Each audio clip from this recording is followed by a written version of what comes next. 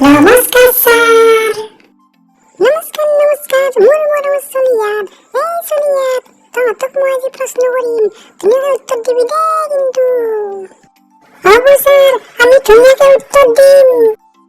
এই মেঘলা, তই ধুনীয়াকৈ এটা কবিতা মাতি শুনো। অ'কে ছাৰ, মই নিজে লেখা কবিতা এটা পাঠ কৰিম। মোৰ কবিতাটোৰ নাম হৈছে মদৰ নিচা ভাল লাগে কিয়। নিচা নালাগে কিয়, দোকানীয়ে যে পানী মিহলাই নিচা লাগিব কিয়। দোকানী পানী মিহলা কিয়, গ্ৰাহকে যে বাকী বিচাৰে মইনো মিহলি নকৰিম কিয়।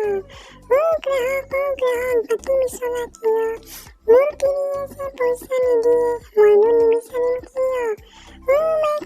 মাইকী পইচা নিদিয়ে কিয়, ৰাতি যে মদ খাই আনৰ ঘৰত সোমাই মইনো দিম কিয়। মতা লোকৰ ঘৰত যায় কিয়, নিচা লাগিলে নিজৰ ঘৰ যেন পাওঁ মইনো নাযাম কিয়। ছাৰ, মোৰ কবিতা শেষ।